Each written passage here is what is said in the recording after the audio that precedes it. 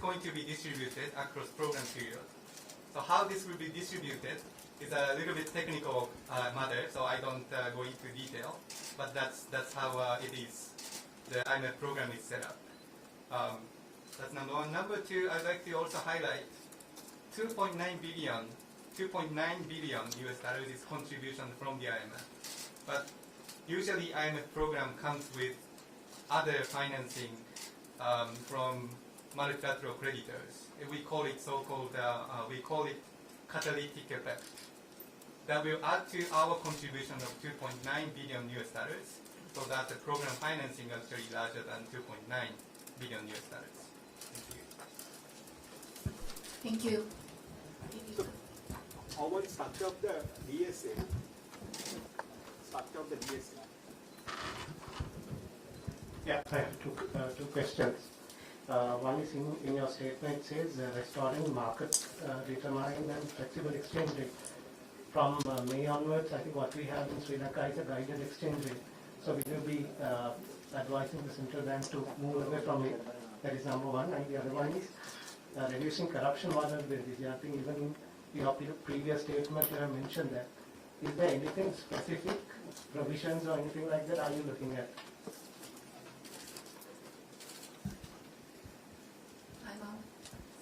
Yeah, Marwan Marco Nikkei Asia, your assurance of $2.5 billion has obviously raised national expectations about money finally coming in, but as you said very clearly, that's contingent on a number of conditions.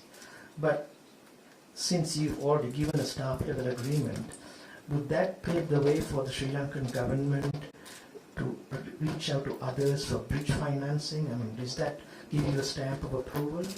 That's the first question. And the second question is, the concept of the common framework, that open space for G20 to invite China and private lenders to help deal with unsustainable debt among the LDCs. Sri Lanka, fortunately, doesn't qualify because it is a middle-income country.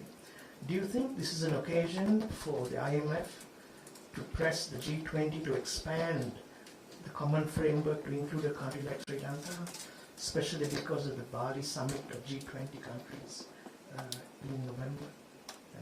Thank you.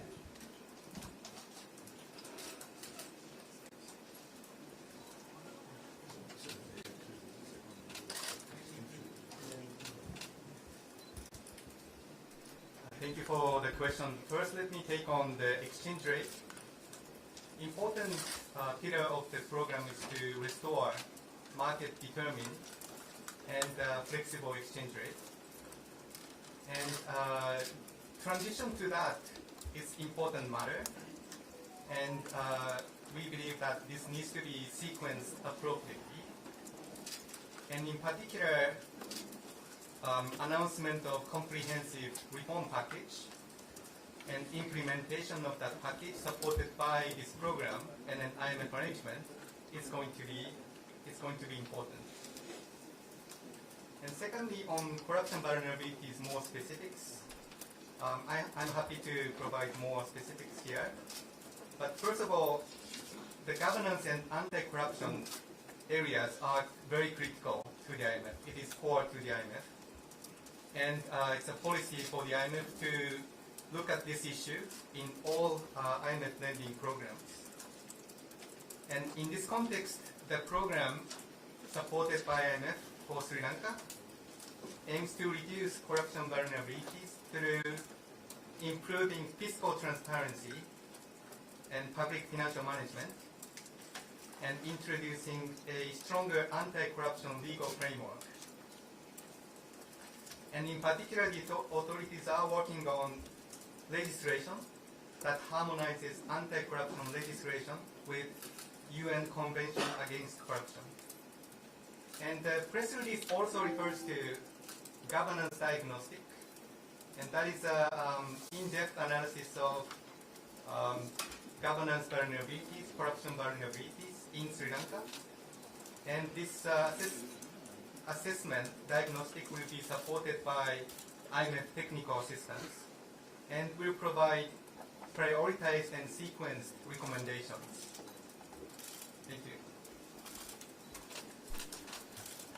So on the question relating to the debt and the process, how to get to financing assurances. So the staff level agreement is a signal of the commitment by the authorities for significant, comprehensive economic reforms, a package that they have now committed to the IMF, and that will be monitored by the IMF going forward in once the program is in place. So this really is a credible device to show to creditors that Sri Lanka is serious about engaging in reforms, and so it can in fact refer to this in its discussion with creditors, because not only is it assuring creditors that it is doing everything that's needed to restore its payment capacity, but it has in many ways committed to do so to the world community, to the international community, through this IMF staff level arrangement. Sri Lanka is in a special situation in the sense that much of its official debt is outside of Paris Club creditors. Paris Club is a well-established process that over many years has evolved and has routines in terms of how to deal with the situation where one sovereign defaults on their debt to other sovereigns. In the case of Sri Lanka, there's a lot of debt that is owed to creditors that are not in the Paris Club, and as a result one needs to think about how to deal with that. The common framework was put in place in the course of the COVID crisis because it was thought that there would be more defaults in situations like that, but it is limited to low-income countries, and Sri Lanka is a middle-income country and does not fall in the common framework. So to some extent it is in a special situation, and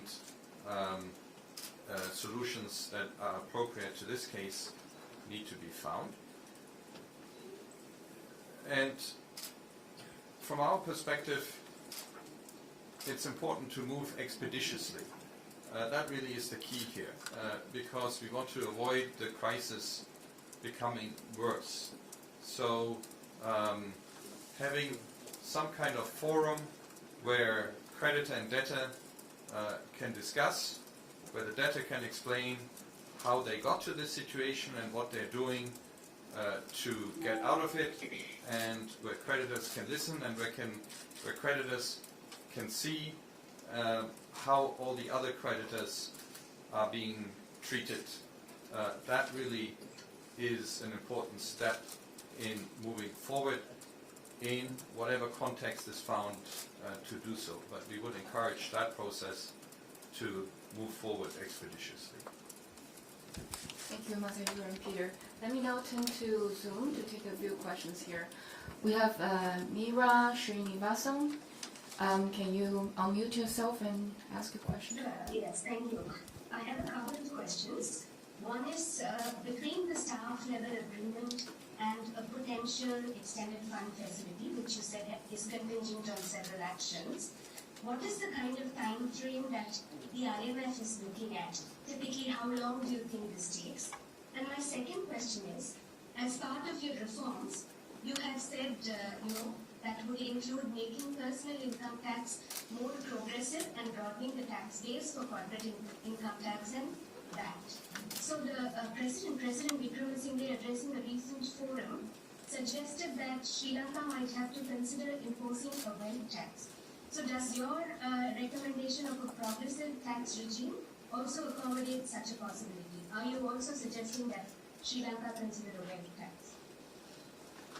Thank you, Meera. Let's take another one from Archana Shukla. Archana, please. Hi, thank you for taking my question. First of all, the disbursement, the first disbursement is incumbent on some of the policy actions. Which will be the sticking point for IMF? Which are the policy actions which are a must take for Sri Lanka for the disbursement to start? And my predecessor asked the question, how much time typically does that take? My second question is, Sri Lanka has gone through a massive political churn, and IMF in the past has indicated that political instability is something that will stall the talks, it will stall any progress on this agreement as well. How does IMF look at the situation right now? And in your discussions for this agreement, what was discussed on the political side, and what sort of assurances have you got from Sri Lankan authorities? Thank you. Thank you. Let's take the questions. Okay, thank you. I'll answer some of these, and Masahiro some of the others. So, moving from staff level agreement to the EFF, how do we get there? There's a number of what we call prior actions, reforms that the authorities will take that once fulfilled mean that at least one of these contingencies is achieved and we can recommend to the executive board going ahead.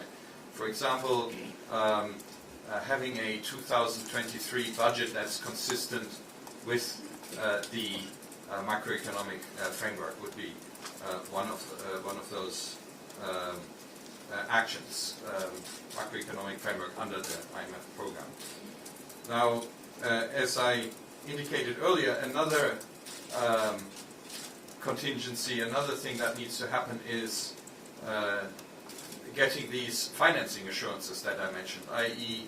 the engagement with the creditors. And here it's important to note also it's not only official creditors, so they would be providing financing assurances, in other words, that they are willing to provide debt relief in line with the IMF program, that they're willing to do so in the period ahead. But there's also the engagement with private creditors, showing that there's a good faith effort to engage private creditors, which includes giving them an opportunity to provide input, providing them with relevant information, and engaging in good faith negotiations. So this process takes time because there's a large segment of creditors, both on the official creditor side and amongst the private creditors. And so it is very difficult to anticipate how long this process will take. We have in the past seen some cases that have taken a long time, and that is not for the betterment of the country, and it's also not in the interest of creditors. So we would urge all the parties who will be engaged in this process to move expeditiously and in good faith, so that a settlement can be found quickly, and the IMF program can move forward, and Sri Lanka can emerge from the crisis as quickly as possible. On so I think Masahiro will take that. Thank you, Peter. Let me discuss a little bit about the tax reform. First of all, Sri Lanka's tax to GDP tax collection is very low, and there's a clear need to raise tax revenues to support fiscal adjustment or reducing fiscal deficit. And the tax reforms under the program should be also designed to be progressive, and progressive meaning that ensuring greater contributions from high-income earners to minimize the impact of fiscal adjustment on the vulnerable and the poor. And in this context, one of the ways to ensure progressivity of tax revenue tax measures is to use personal income tax, including higher tax rate for high-income earners. And here, the wealth tax is coming in as you mentioned. On the wealth tax, I would say it's part of discussion and part of the agreement in the staff level agreement with the authorities. This said, the preparation will take time, and how this is designed is going to be discussed with the authorities in an appropriate time frame. So I would like to highlight here that preparation will take time, and then that needs to be properly designed.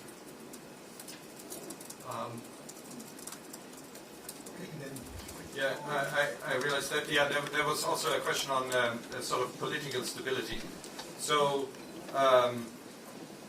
from the IMF's perspective, our arrangement is with the people of Sri Lanka. We're here to help the country and for the country to emerge from the crisis and the people to enjoy prosperity going forward. So the political environment matters in the sense that these economic reforms need to be carried out. There needs to be a government that has the mandate to carry out the reforms, and there needs to be buy-in by society to support the reforms and to move forward with them. So the context, the political context, does matter, and we very much hope that the stability that has now been prevailing here, at least in the few regained stability since we were last here in June, will endure, so that there is an environment in which these difficult economic reforms can in fact be carried out. Thank you. We have two more questions. Regina, you want to unmute yourself? Thank you. My name is Regina Mindukula Surya. I'm a reporter with the Print based in Delhi. My question was about the corruption related aspect, one of the contingencies that IMF had wanted. I just wanted to confirm, is this the first time that IMF, a program extended from IMF to Sri Lanka, is so specifically asking for corruption-related measures so that to ensure that there is no corruption at the government level? And my second question was, is this $2.9 billion over this many months, is this sufficient for Sri Lanka to sustain itself? Thank you. Let's take another one from Yosuke Hanada. Yosuke, please. Hi, good morning. I'd like to ask about the condition of the disbursement. So in today's release, IMF stated that financing assurance to restore the sustainability from second official creditors and making a good faith effort to reach a collaborative agreement with private creditors are crucial before the IMF can provide financial support to Sri Lanka. So in that sense, what if major credit countries, certain major creditors are not so helpful or cooperate with the negotiation? Is that make the IMF impossible to disperse these kind of program? Thank you. Thank you for the first two questions from Delhi. Okay, quick clarification on specific reforms were incorporated in the previous IMF supported program in Sri Lanka, corruption-related issues. The answer is yes. In the previous EFF arrangement, which started in 2016, and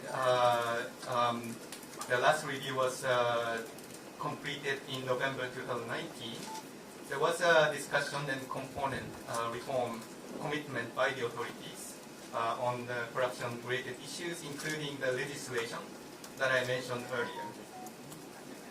And second question, okay, $29 billion US dollars, whether it's will be sufficient to sustain Sri Lanka? The answer is yes. And I would like to highlight that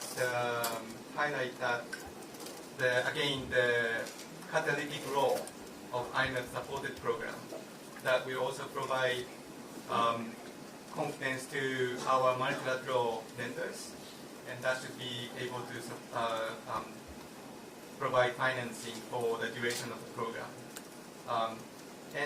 Here I'd like to highlight the importance of implementation of the program that is needed to make sure that this 4-year program remains on track in the next 4 years. And the early action by the authorities, including the tax reforms already introduced, and their commitment to implement actions before the board approval is very encouraging. Thank you. So on the question relating to the debt discussions, if there were delays. So Sri Lanka really is experiencing a deep crisis. We are very concerned about immediate financing needs for the import of essentials, medicines, food, fuel, and so support in the short term is really urgent in order to avert a humanitarian crisis. Delays arising from the need to obtain these financing assurances that I talked about, meaning a path towards restoring debt sustainability. Delays in that process would deepen the crisis further and negatively affect Sri Lanka's debt repayment capacity, because it would not be growing as quickly and as much as it could otherwise. So prompt creditor coordination and transparent collaboration is really key to advancing the debt restructuring efforts, and to make this interim period as short as possible. So the objective really here, in the interest of everybody, is to get Sri Lanka once again back on a path of strong and durable growth.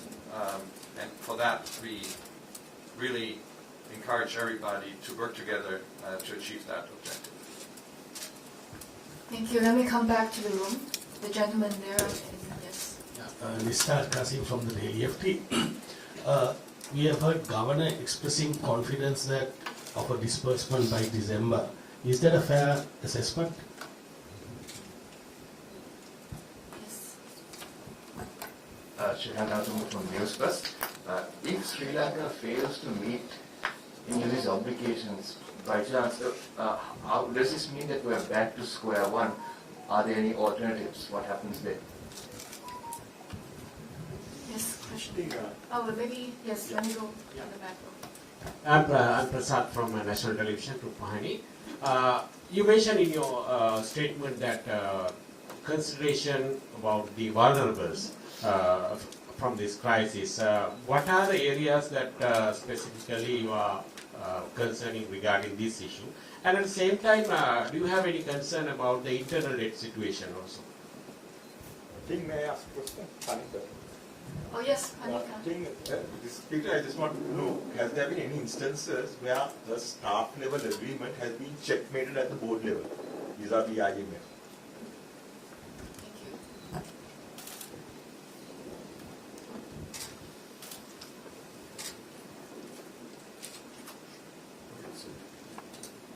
So on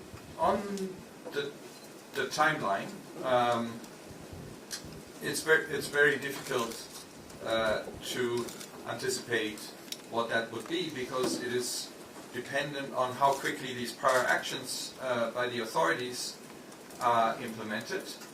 So that is one thing that needs to happen. And then the second is how quickly these debt restructuring discussions can be advanced.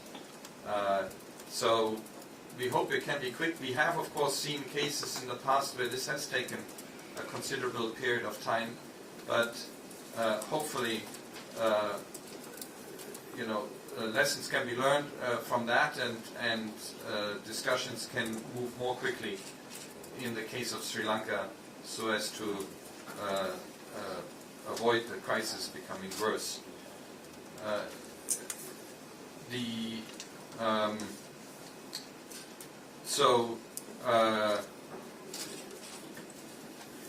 This question on sort of obtaining financing assurances, it's really crucial to move forward, because if this does not succeed, then the fund will not be able to lend. It needs to be able to lend into a sustainable situation, and that would, of course, make the situation significantly worse. So moving forward with obtaining the financing assurances will be key, and for creditors to collaborate in this regard is essential. I'll address the question on the impact of the poor and vulnerable. We are deeply concerned that economic crisis and high inflation, loss of employment, these are all affecting the poor and vulnerable groups disproportionately. And therefore, the program aims to mitigate the impact of these groups by raising social spending. That means a minimum spending targets, government spending target on social safety net. And there's an effort to establish social registry to expand the targeted social safety net for those who really need it. And also, tax reform, as I mentioned, needs to be designed to be as progressive as possible, so that the burden or contributions is received from high-income earners. And also, maybe last thing I would like to add is that the disinflation strategy under the program is also critical to mitigate the economic impact on the poor and vulnerable, because again, inflation is affecting these groups disproportionately. Thank you. We don't have much time, but let me take last questions here. Yeah, this gentleman. I'm from Usd Contribution. It is said that on various reports that on various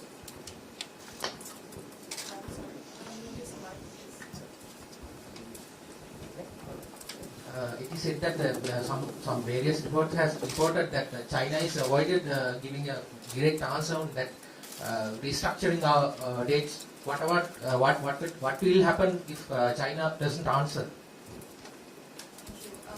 One last. Miller Fernandez from Al Jazeera. Ms. Brewer, you talked about the fact that debt sustainability and financing assurances was key in terms of the agreement, the staff level agreement.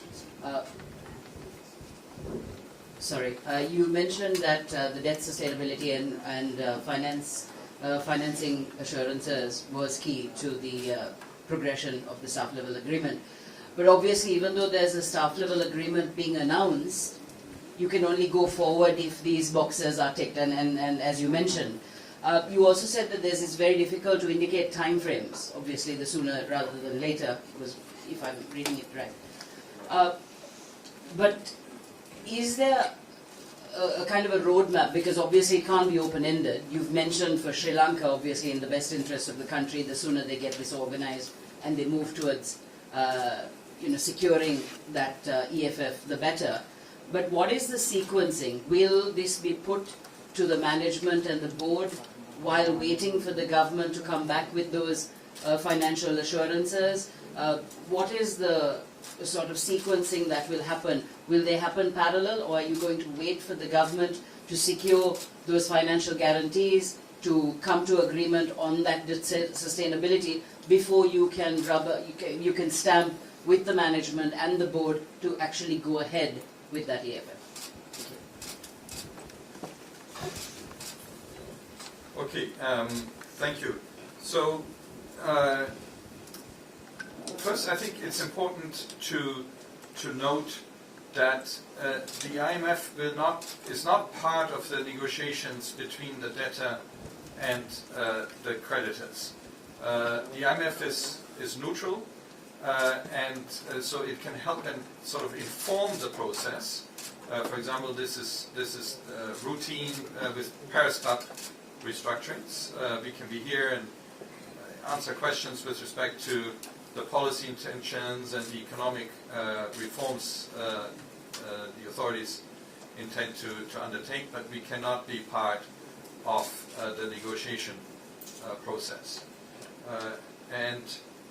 So in terms of the sequence, so here at the IMF we have now engaged with the authorities for a number of months to agree on a package of economic reforms that we think will help pull the country out of the crisis, will address the crisis and move the country forward, and are credible.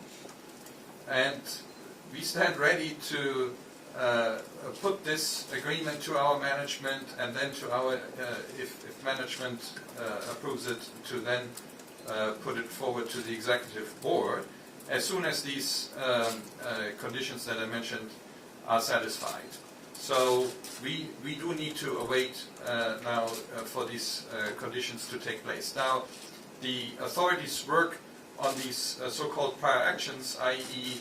the reforms that they will undertake even before the program is put to the IMF board. Those can go on at the same time as the engagement with creditors on obtaining financing assurances. So that can run in parallel, and we would very much encourage it, so that there are no delays if one of them is completed and the other one is not. So we would very much encourage rapid progress on both fronts with respect to these prior actions, as well as moving forward the process of engaging creditors. Now, the authorities have hired financial and legal advisors who assist the authorities in this process, who have experience in doing so, and so we would expect this process to, in fact it is already underway, but to really now expedite it in light of this staff level agreement that has been reached, that should give assurance to creditors that Sri Lanka will be engaging in a comprehensive set of economic reforms. But just to be clear, the conditions you mentioned that need to be fulfilled before this can go to management and the board, can you specify what specific conditions those are? So I mentioned already, for example, the budget, the 2023 budget, be consistent with the reforms, with the macroeconomic framework that underlies the IMF, the future IMF program. So that would be one action, and then, of course, getting these financing assurances is another key objective in this engagement. Peter, what's the interest charge on the program? One last question, please. What's the interest charge on this program if it comes on board? What's the interest component of the program, this $2.9 billion program, if in the event it comes on board? What's the interest charge on the authorities on the program? The 2.9 billion US dollars is the total financing without excluding interest payment. That's number one. Number two, the interest rate is the so-called SDR interest rate, applicable at the time of executive board meeting, and also other charges and so on. Yeah, that's my answer. On the rule of thumb. Thank you. I'm sorry. I'm afraid we really have to wrap up here, and I will invite Tobias to just say last few words. First of all, I would like to thank you for all of you for coming here. It's a full house, and also for the Zoom participants. They are long list on Zoom. I would like to thank the CPSL staff for facilitating this press conference. Throughout the discussion with the authorities over the past few months, we appreciate the full engagement, open dialogue, open communication with all stakeholders, and we had a long discussions in Washington. Mission coming here, almost daily virtual mission. So we'd like to thank you, to thanks everyone involved. As Peter mentioned before, this is the beginning of the long road, and we are happy at the IMF. We are honored to help Sri Lankan people and to work together to resolve this crisis, emerge from the crisis, and resolve the inclusive growth that benefits for Sri Lankan people. Thank you again. Thank you very much. Thank you, Peter, Masahiro, and Tobias, and thank you everyone here and also everyone joining us on Zoom. Thank you very much. Much appreciated. Thanks. Thank you so much.